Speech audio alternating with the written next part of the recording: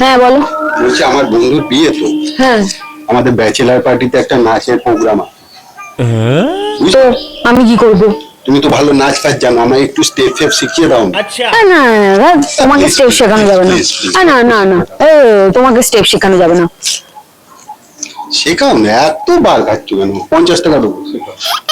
দরকার নেই আমার, দাঁড়াও শিখিয়ে দিচ্ছি, দাঁড়াও এখানটা দাঁড়াও।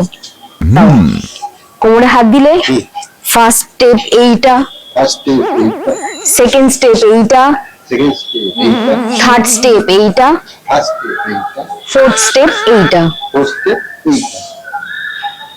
ঠিক আছে, যাই হোক চারটে একসাথে করো, করো করো দেখি।